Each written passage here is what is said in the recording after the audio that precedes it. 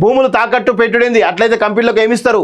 సర్కారు ల్యాండ్స్ తనఖా పెట్టడం ప్రమాదకరం, ఇది మతిలేని చర్య, తెలంగాణ ప్రగతి కుంటుపడుతుంది, ఆర్థిక రంగాన్ని నడుపుడు రాష్ట్ర సర్కారు చేతనైతలేదని విమర్శ.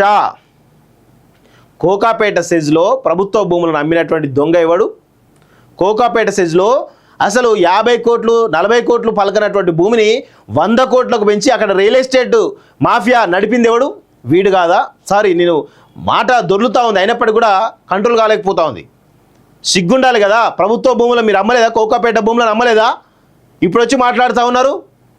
సిగ్గుండాలి కదా.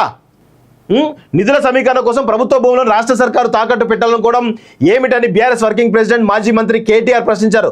భూములు తనఖా పెట్టడం ప్రమాదకరమన్నారు. అబ్బా, వీళ్ళు ప్రభుత్వంలో ఉన్నప్పుడు భూములు తనఖా పెట్టలేదా? భూముల వేలమేయలేదా?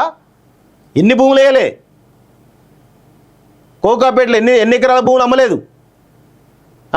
నీ యొక్క అనుయాయులకు ఎవరికి మన రాజ్ పుష్ప కంపెనీకి, మై హోమ్కు, మెగాకు మీరు అమ్మలేదా? నీ దోస్తులకు, ఆంధ్ర సంబంధించిన దోస్తులకు అమ్మలేదా? ఇప్పుడు వచ్చి మాట్లాడుతూ ఉన్నావు కేటీఆర్. సిగ్గుండాలి. ఈ మాటలు ఎట్లా మాట్లాడతారా నాకు అర్థం కాదు. కొంచెం కూడా సిగ్గు శరం లేకుండా నంగా నిలబడి మాట్లాడుతూ ఉన్నారు. ప్రజలారా గమనించండి, ఇలాంటి దుర్మార్గులు ఎవరైతే ఉన్నారో గత ప్రభుత్వంలో వేలం వేయలేదా? వీళ్ళందరూ ఎన్నిసార్లు వేలం వేయలేదు, ఇప్పుడు వచ్చి మాట్లాడుతూ ఉన్నారు.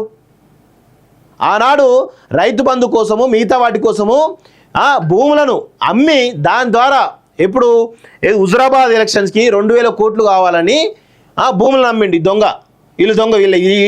వీళ్ళయ్యా మునుగోడు ఎలక్షన్ కోసం అమ్మిండ్రు భూములను. ఎలక్షన్స్ అప్పుడు అమ్మిండ్రు వీళ్ళు. మళ్ళీ ఈయన కనీసం రేవంత్ రెడ్డి అన్న నార్మల్ టైంలో అమ్ముతా ఉన్నాడు, కానీ హుజరాబాద్ ఎలక్షన్స్ ముందు అమ్మిండు, మునుగోడు ఎలక్షన్స్ ముందు భూములు అమ్మి ఈరోజు పెద్ద ఎత్తున అజ్జేసిండు ఈ దొంగలంతా కూడా. ఇప్పుడు వచ్చి మాట్లాడుతూ ఉన్నారు. అసలు ఎంత సిగ్గు శరం లేకుండా ఏమైనా మాట్లాడదామన్నా కానీ మాట్లాడలేకపోతున్నాం. ఇంత దుర్మార్గమైన విషయం అండి. ఒక్కసారి గమనించండి ప్లీజ్, దయచేసి ప్రజలారా అర్థం చేసుకోండి.